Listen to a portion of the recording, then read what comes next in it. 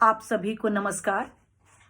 मैं doctor Nagaratna Ganvir, assistant professor political science, government Shivnath science college, Rajnandgaon. हमने first part में राज्य की उत्पत्ति के मार्क्सवादी सिद्धांत पर चर्चा की थी और आज हम राज्य की उत्पत्ति के सावयव सिद्धांत या आंगिक एकता सिद्धांत पर चर्चा करेंगे। तो सावयव सिद्धांत में हम क्या क्या पढ़ेंगे इसके बारे में भी थोड़ा सा बताना चाहूंगी। तो सावयव सिद्धांत का विकास कैसे हुआ, हर्बर्ट स्पेंसर का सावयव सिद्धांत क्या है, हर्बर्ट स्पेंसर ने व्यक्ति और शरीर में क्या क्या समानताएं हैं, क्या क्या असमानताएं हैं, ये बताया है, इसके बारे में देखेंगे। और हर्बर्ट स्पेंसर के सिद्धांत की क्या आलोचनाएं की गई, फिर जो है सावयव सिद्धांत का क्या महत्व है और अंत में निष्कर्ष। ये सारे पॉइंट्स पर हम विस्तार से चर्चा करेंगे। तो सावयव सिद्धांत क्या है, इसके संबंध में मैं बताना चाहूंगी। सावयव या आंगिक एकता का जो सिद्धांत है, ये कहता है कि राज्य जो है एक शरीर के समान है ना। जैसे शरीर विभिन्न अंगों से मिलकर बनता है, उसी प्रकार राज्य भी जो है विभिन्न व्यक्तियों से मिलकर बना है। जैसे केवल अंगों का समूह ही शरीर नहीं होता है, बल्कि शरीर का अपना एक अस्तित्व होता है। उसी प्रकार राज्य भी केवल लोगों का समूह, व्यक्तियों का समूह नहीं होता है, बल्कि राज्य का अपना एक अस्तित्व होता है। इस तरह से वह कहता है, सावयव सिद्धांत के समर्थक कहते हैं कि राज्य और व्यक्ति दोनों एक दूसरे पर अंतर्निर्भर उसी प्रकार से रहते हैं जिस प्रकार से शरीर और उसके अंग। हम देखते हैं कि शरीर और उसके अंग जो है परस्पर निर्भर है। शरीर से अगर किसी अंग को अलग कर दिया जाए तो उसका अस्तित्व नहीं रहता है। उसी प्रकार से अगर राज्य से किसी नागरिक को, किसी व्यक्ति को अलग कर दिया जाए तो उसका अस्तित्व भी नहीं रहेगा। तो इस तरह से वह कहता है। गार्नर ने भी इसी तरह से कहा कि सावयव सिद्धांत जो है एक प्राणी वैज्ञानिक धारणा है और यह राज्य को जीवधारी मानता है। और वह कहता है कि व्यक्ति जो है राज्य के एक जैसे विभिन्न शरीर के विभिन्न अंग है ना, वैसे ही व्यक्ति जो है राज्य के विभिन्न कोष्ठ हैं, वह कहता है। और वह कहता है कि व्यक्ति और राज्य का, जैसे शरीर और उसके अंगों का एक दूसरे पर निर्भर है। मैं ये हाथ हिला रही हूँ, ये बता रही हूँ कि शरीर और उसके अंग जो है ना, ये समझाने की कोशिश कर रही हूँ। ऐसे ही मार्क्स भी कहता है कि जैसे शरीर से उसके अंग को पृथक कर देने से उसका कोई अस्तित्व नहीं रहेगा और शरीर और उसके अंग एक दूसरे पर अन्योन्याश्रित है, घनिष्ठ संबंध है। बिल्कुल ऐसे ही राज्य और व्यक्ति का अन्योन्याश्रित संबंध है। और इस सिद्धांत का विकास कैसे हुआ, सावयव सिद्धांत का विकास कैसे हुआ, तो इस संबंध में हम देखते हैं कि ये जो सिद्धांत है ये बहुत ही पुराना सिद्धांत है। और इसमें हम देखते हैं प्लेटो है, अरस्तु है, हाब्स, लाक, रूसो, सभी लोगों ने कहा कि राज्य की जो उत्पत्ति हुई है वह व्यक्तियों के कारण ही हुई है। व्यक्तियों ने ही राज्य की उत्पत्ति की है। जैसे प्लेटो कहता है राज्य व्यक्ति का ही वृहद रूप है ना। प्लेटो कहता है राज्य व्यक्ति का ही वृहद रूप है। प्लेटो ने बताया कि जो है समाज के या राज्य के 3 वर्ग हैं, है ना। समाज या राज्य के 3 वर्ग हैं। ये वर्ग कौन कौन से हैं? वो कहता है योद्धा है, कुछ लोग साहसी होते हैं, योद्धा वर्ग है, शासक वर्ग है और उत्पादक वर्ग है। और इसी तरह से मानव आत्मा के भी 3 गुण हैं, संयम, साहस और विवेक। जिसमें संयम होगा वो देश के लिए उत्पादन का काम करेगा और जो है जिसमें साहस होगा वो देश की रक्षा करेगा। जिसमें क्या कहना चाहिए, विवेक होगा, वो क्या करेगा, देश के लिए शासन का काम करेगा। तो इस तरह मानव आत्मा के 3 गुणों के आधार पर, है ना, उसने बताया कि राज्य के भी 3 गुण होंगे, 3 प्रकार के लोग जो है राज्य में रहते हैं कहता है, और जिसमें जिस गुण की प्रबलता रहती है उसको वही काम करना चाहिए। अरस्तु ने भी इसी तरह से बताया कि राज्य जो है नागरिकों की वह कहता है राज्य को कि राज्य जो है परिवार और ग्रामों का एक समुदाय है।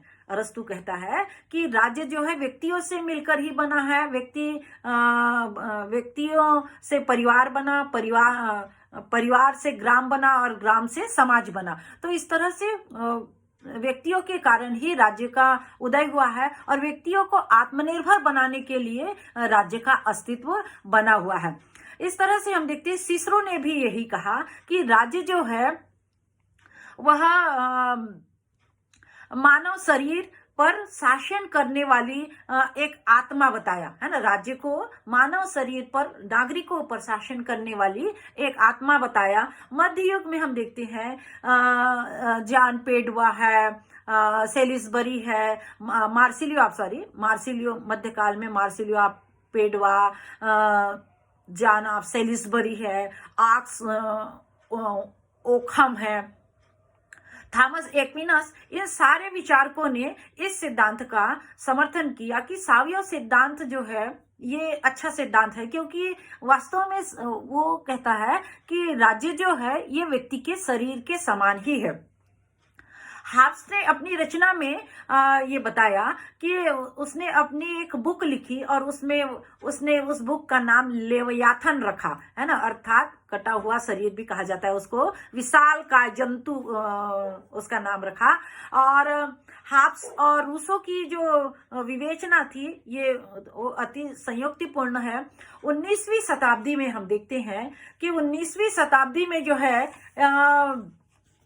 ये कुछ विचार जो आए ये थे समझौता जो सिद्धांत हुआ, जिन लोग ये कहते थे हाब्स, लाक और रूसो का जो समझौता सिद्धांत था उसमें कहा गया था कि राज्य की उत्पत्ति जो है किसके कारण हुई है, समझौते के कारण हुई है राज्य की उत्पत्ति। तो इस सिद्धांत का 19वीं शताब्दी के प्रारंभ में ह्रास हुआ। लोगों ने क्या कहना चाहिए, लोगों ने ये कहा कि समझौते के कारण राज्य की उत्पत्ति नहीं हुई है, बल्कि राज्य की उत्पत्ति के लिए एक नए सिद्धांत की अभिव्यक्ति हुई। उसी को कहा जाता है सावयव सिद्धांत या आंगिक एकता का सिद्धांत। और इस सिद्धांत के अनुसार ये कहा गया कि राज्य एक जीवधारी की तरह है, राज्य एक मानव शरीर की तरह है और उसमें जो है यह एक जीवधारी के समान ही उसका विकास होता है, राज्य का विकास होता है।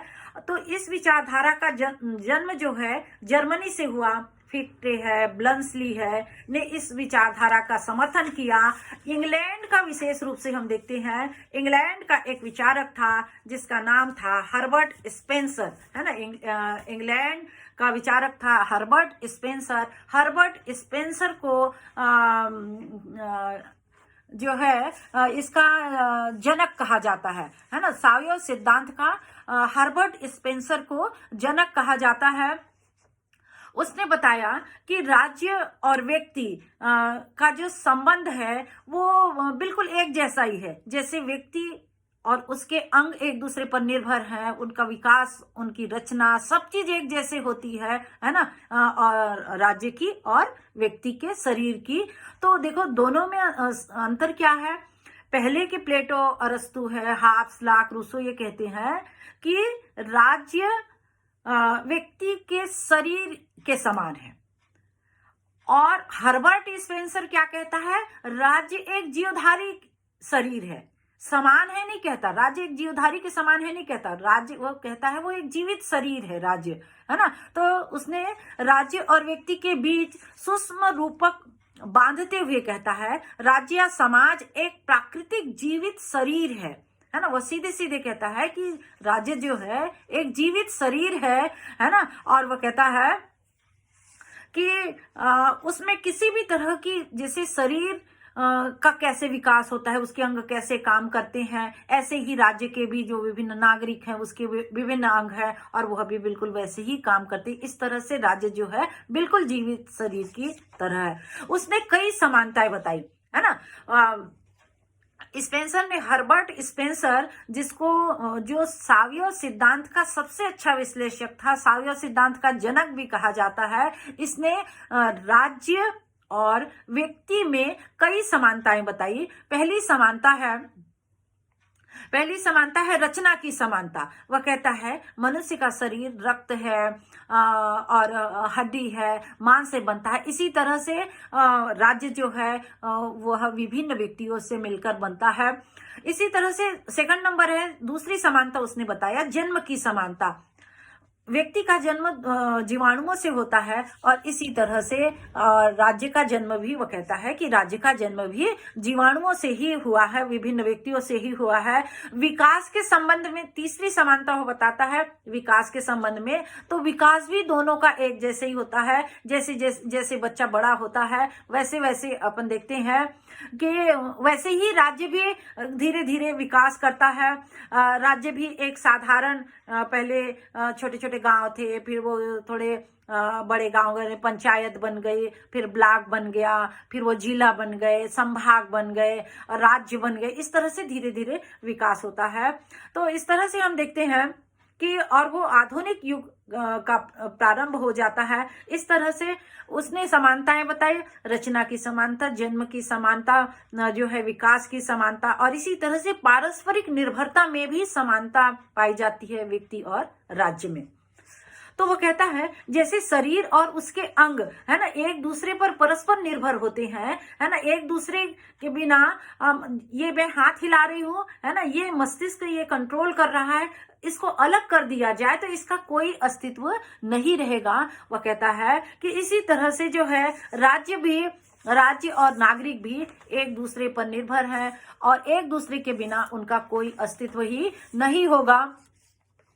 इसी तरह से वो कहता है कि संगठन में भी समानता पाई जाती है ना, व्यक्ति और व्यक्ति के शरीर और क्या कहना चाहिए, राज्य में, संगठन में भी समानता पाई जाती है। वो कहता है कि व्यक्ति के जीवन के 3 भाग होते हैं। जीवन प्रणाली होती है, विनिमय प्रणाली, हम किसी को दे रहे हैं, कुछ ले रहे हैं, जो जरूरत है, जो हमारे पास ज्यादा है उसको हम किसी को दे रहे हैं, और फिर हमारे मस्तिष्क का भी विकास होते जाता है, हम पढ़ने जाते हैं, है ना, और विभिन्न जगह हम ज्ञान प्राप्त करते हैं, फिर हम समाज को भी कुछ देते हैं। इसी तरह से जो है राज्य की प्रणाली भी होती, वहाँ के जो नागरिक रहते हैं सब अपने अपने काम करते हैं, है ना, और इस तरह से उन राज्य का जीवन प्रणाली होता है, वो अपने विकास के लिए, मतलब नागरिकों के विकास के लिए फ्लाईओवर, अंडर ब्रिज बनाएगा। आप देखोगे शिक्षा, स्वास्थ्य, परिवहन, पर्यटन, मनोरंजन की व्यवस्था करेगा, फिर दूसरे से संबंध भी स्थापित करेगा, दूसरे देशों से तो इस तरह से यातायात के साधनों का विकास करता है। तो इस तरह से व्यक्ति की जीवन प्रणाली होती है, बिल्कुल वैसे ही राज्य की भी होती है। इस तरह संगठन दोनों का, व्यक्ति का भी और राज्य का, दोनों का ही एक ही तरह का होता है। और इसी तरह से उसने समानता बताई। नेक्स्ट नंबर है विकास क्रम की समानता। विकास क्रम में भी बिल्कुल एक जैसे ही होता है। एक बच्चा जो है जब छोटा रहता है, उसको कुछ भी नहीं आता, वो चल फिर नहीं सकता, फिर धीरे धीरे पकड़ के चलना सीखता है, उसके बाद दौड़ना सीखता है, स्कूल जाता है, तो धीरे धीरे उसके शारीरिक मानसिक विकास होता है। ऐसे ही राज्य भी छोटे से बड़े होते जाते हैं। और इसी प्रकार से वह कहता है कि जो बीमार हैं और जो वृद्ध हैं, बीमार हैं, वो खत्म होते जाते हैं और नए नए बच्चे आते हैं। और इस तरह से हम देखते हैं कि राज्य में भी इसी तरह से विकास क्रम चलता है। इस तरह स्पेंसर कहता है कि राज्य और मानव शरीर, इसमें समानताएं पाई जाती हैं। अब स्पेंसर ये कहता है कि ये समानताएं, आप देखोगे रचना, संगठन, जन्म, विकास क्रम, सब तरह की समानताएं पाई जाती है। लेकिन स्पेंसर कहता है कि दो तरह की असमानताएं वह कहता है, दो तरह की असमानताओं को वह स्वयं स्वीकार करता है। फर्स्ट है पारस्परिक निर्भरता की सीमा में भेद, पारस्परिक निर्भरता की सीमा में भेद, राज्य और व्यक्ति में पारस्परिक निर्भरता की सीमा में भेद पाया जाता है। ये भेद कैसा होता है, देखो कि वह कहता है कि अगर शरीर का अंग अलग कर दिया जाए तो इसका कोई अस्तित्व नहीं होगा, लेकिन अगर राज्य से किसी व्यक्ति को अलग कर दिया जाए तो वो अपना जीवन बना सकता है, वो रह सकता है और वो जीवित रह सकता है, अपना विकास कर सकता है। तो इस तरह से राज्य और व्यक्ति का जो परस्पर निर्भरता है उसमें भिन्नता होती है, उसमें भेद होता है। और दूसरा भेद वह बताता है कि चेतना शक्ति में भेद। स्पेंसर कहता है कि चेतना शक्ति में कैसे भेद होता है। व्यक्ति की जो चेतना शक्ति होती है वह, देखो समाज में क्या होता है कि व्यक्ति के अपने स्वयं पर खुद का अधिकार होता है। कोई विद्वान होता है, खूब पढ़ता है, लिखता है, आईएएस बनता है, जज बनता है, तो उसका अपना अधिकार रहता है चेतना शक्ति में। लेकिन राज्य में तो हम देखते हैं मंदबुद्धि के लोग भी हैं, बहुत होशियार लोग भी हैं, नेता लोग भी हैं, सभी तरह के लोग हैं, है ना। तो इस तरह से दोनों की चेतना शक्ति में बहुत ज्यादा भेद होता है। एक व्यक्ति अपने विकास के लिए सब करता है, लेकिन राज्य में जो है विभिन्न तरह के व्यक्ति रहते हैं और वो अपने अपने योग्यता के अनुसार विकास करते हैं। राज्य तो सभी के लिए विकास करना चाहता है, सबका हित चाहता है और वो अपने कर्मों के आधार पर जो है व्यक्ति अपना स्थान बनाता है। अब ये सिद्धांत जो है वास्तव में कहा जाए तो ये देखा जाता है कि वास्तव में राज्य के मतलब व्यक्ति के विकास के जैसा ही राज्य का विकास होता है। जैसे व्यक्ति के शरीर का विकास होता है, वास्तव में राज्य का भी विकास उसी तरह होता है। लेकिन इस सिद्धांत की अनेक आलोचनाएं की गई और ये कहा गया कि राज्य और व्यक्ति के बीच जो समानताएं बताई गई है वह बिल्कुल काल्पनिक है, असत्य है। लॉर्ड एक्टन कहता है कि इस प्रकार की समानताएं जो है ये केवल अलंकार है ना, माया जाल है, एक चेतावनी है। और जेलिनेक ने यहाँ तक कहा कि यह सिद्धांत जो है बिल्कुल अस्वीकार कर दिया जाए, सावयव सिद्धांत, अन्यथा इससे जो है जो सत्य है सावयव जो सत्य है राज्य के बारे में उस में भी उपमाएं और असत्य आ जाएंगे। और इस तरह से ये कहा जा सकता है कि सावयव सिद्धांत की अनेक आधारों पर आलोचना की गई। फर्स्ट नंबर है, पहली आलोचना है कि समानता पूर्ण नहीं है। व्यक्ति और राज्य में समानताएं पूर्ण नहीं है कि उसका जन्म, विकास और सब एक जैसे होता है, ये कहना बिल्कुल ही गलत है। व्यक्ति का जन्म दो लोगों के क्या कहना चाहिए, जीवाणुओं से होता है, संसर्ग से होता है। राज्य का जन्म ऐसा बिल्कुल ही नहीं होता है। राज्य तो क्रमिक विकास का परिणाम है। तो पहली आलोचना है समानता पूर्ण बिल्कुल भी नहीं है। दूसरी जो आलोचना है कि व्यक्ति का स्थान पूर्व निर्धारित है, व्यक्ति का स्थान जो होता है पूर्व निर्धारित नहीं होता है ना। व्यक्ति का स्थान जो है पूर्व निर्धारित नहीं होता है। राज्य तो पहले से ही बना है, हम भारत में रह रहे हैं, यहाँ पर जो भी जन्म लेगा वो भारतीय होगा। लेकिन व्यक्ति का जन्म जो है, जो यहाँ पर आया, अमेरिका चला गया है ना, तो अमेरिका की नागरिकता उसको मिल जाएगी, वहां बस गया, ठीक है। और तो वो कहता, आलोचकों ने ये कहा कि व्यक्ति का स्थान जो है, यहाँ पर और दूसरा उदाहरण बताएंगे कि व्यक्ति का स्थान जो है वो पूर्व निर्धारित है। मतलब यहाँ पर हम बताएंगे कि व्यक्ति के जैसे हाथ है, पैर है, आंख है ना। जो भी बच्चा पैदा होगा आप देखोगे सबके दो हाथ है, पैर है, आंख, नाक, कान है, ये स्वाभाविक है ना, नेचुरल है। लेकिन राज्य में हम देखते हैं विभिन्न तरह के लोग हैं, तो इस तरह से ये कहा गया। और ये पूर्व निर्धारित नहीं है ना, ये कर्म के आधार पर निर्धारित होगा। व्यक्ति बहुत अच्छा पढ़ेगा, वो बहुत अच्छा लायर बन सकता है, बहुत अच्छा प्रोफेसर बन सकता है, बहुत अच्छा राइटर, सिंगर बन सकता है, डांसर बन सकता है ना, बहुत अच्छा नेता, अभिनेता बन सकता है। वो कर्म निर्धारित करते हैं। लेकिन व्यक्ति के जो स्ट्रक्चर है ना, वो पहले से ही निर्धारित है। ये बताया कि पूरी समानताएं पाई जाती है, यह भी गलत है।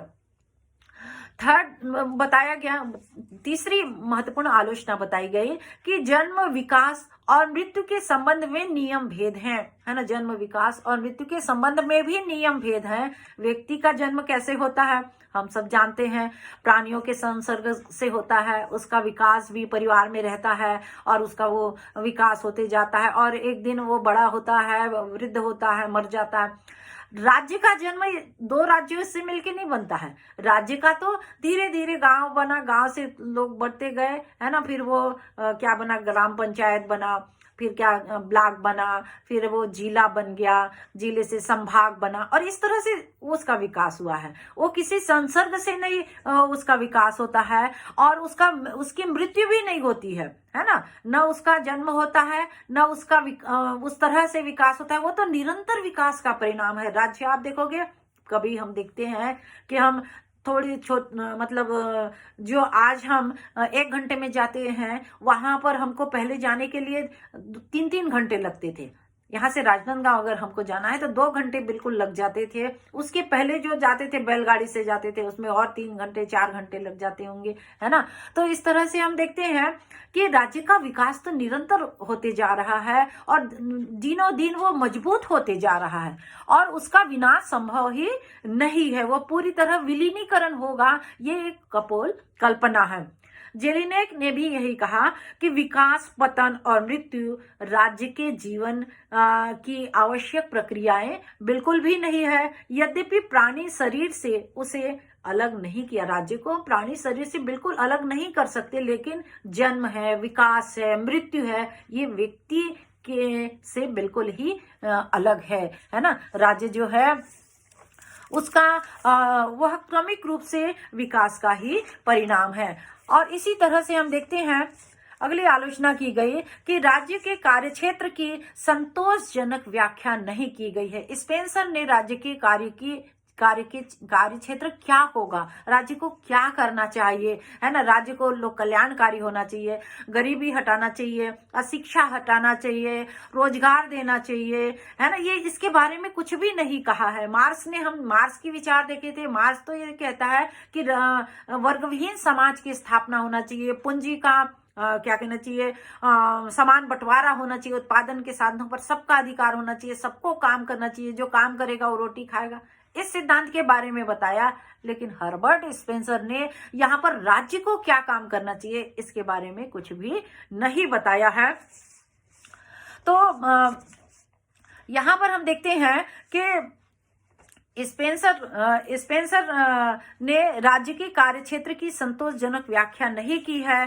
गेटल कहता है कि सावयव सिद्धांत राज्य की प्रकृति की कार्य की कोई विश्वसनीय व्याख्या ही नहीं करता है और हमारा जो है राज्य को क्या क्या करना चाहिए, कैसे विकास होगा, कैसे लोगों का विकास होगा, शिक्षा सबके लिए अनिवार्य हो, इसके बारे में किसी भी तरह के रोजगार के बारे में किसी भी तरह की उसने बात नहीं की है।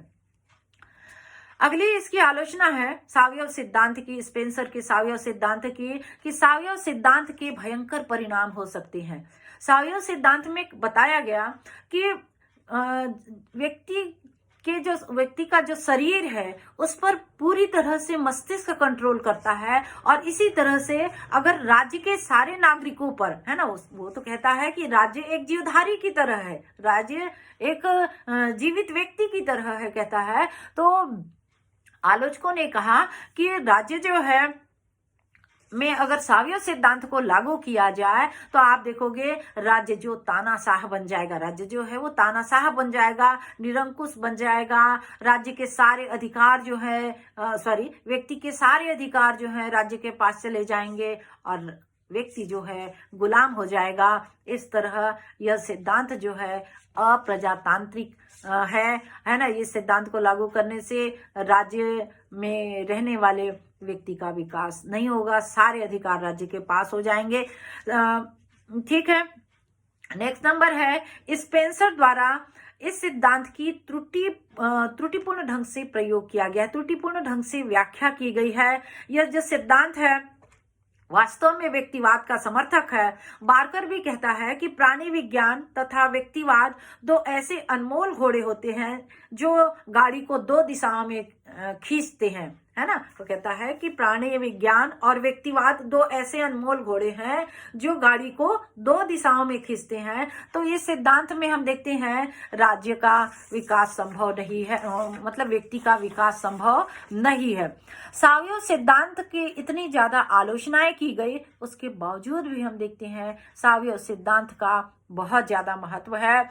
यह सिद्धांत राजनीतिक दर्शन की आधारशिला माना गया है और ये कहा गया है कि व्यक्ति और राज्य का जो है पारस्परिक संबंध है ना, दोनों एक दूसरे पर अंतर्निर्भर है और व्यक्ति राज्य में रहकर ही अपना विकास कर सकता है। तो गेटल ने भी इस सिद्धांत के बहुत सारे गुण बताए। ये गुण है कि सावयव सिद्धांत जो है ऐतिहासिक विकास का महत्व बताता है। सावयव जो सिद्धांत है एक ऐतिहासिक, इसका ऐतिहासिक महत्व है क्योंकि वह बताता है कि राज्य कोई कृत्रिम संस्था नहीं है, राज्य कृत्रिम रूप से बनाया हुआ नहीं है, बल्कि राज्य जो है एक विकास का परिणाम है।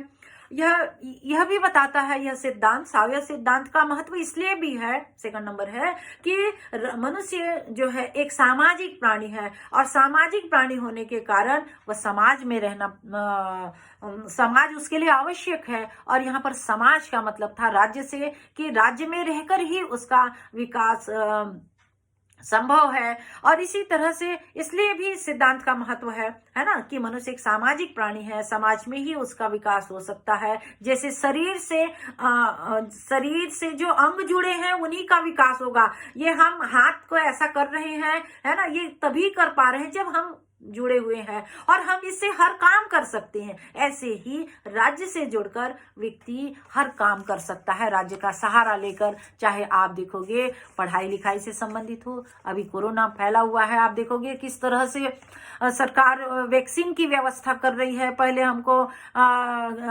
क्या कहना चाहिए, मास्क पहनो, सोशल डिस्टेंसिंग रखो, सैनिटाइजर का उपयोग करो, है ना, कंटेनमेंट जोन घोषित करके लोगों को सुरक्षित रखा गया।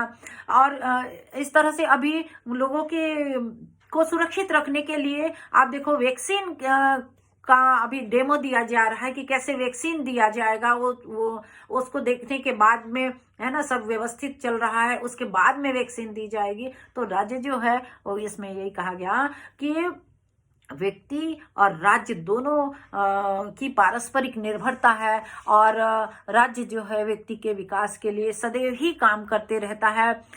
सामाजिक जीवन की मौलिक एकता पर यह सिद्धांत बहुत जोर देता है और यह सिद्धांत इस बात पर भी जोर देता है कि समाज केवल या राज्य केवल बिखरी हुई, मतलब नागरिकों से ही राज्य नहीं बनता, बल्कि नागरिक अच्छे होने चाहिए, आदर्श नागरिक होने चाहिए। नागरिक अपने कर्तव्यों का जब पालन करते हैं तब राज्य का और भी अच्छा विकास होता है। तो समाज के सभी व्यक्ति जो है एक दूसरे से संबंधित हो और एक दूसरे के सुख दुख में काम आए, अपने कर्तव्यों का पालन करे। अधिकारों का तो सभी लोग उपयोग करते हैं, अधिकारों का पालन करें तभी राज्य का विकास होगा। इस तरह सावयव सिद्धांत का महत्व है। निष्कर्ष रूप में हम कहेंगे कि इस सिद्धांत में, सावयव सिद्धांत में दो विचारधाराएं सामने आती है। पहली विचारधारा है प्लेटो अरस्तु की जैसे विचारधारा, जिसमें कहा गया कि राज्य जो है व्यक्ति के शरीर के समान है। दूसरी विचारधारा आती है ब्लंसली और हर्बर्ट स्पेंसर की, जो ये कहती है कि राज्य व्यक्ति या राज्य जो है वो शरीर है, जीवित शरीर के समान है। ये दो विचारधाराएं आती है। इसमें हम ये कह सकते हैं कि राज्य जीवित शरीर नहीं है ना, बल्कि राज्य एक शरीर के समान है।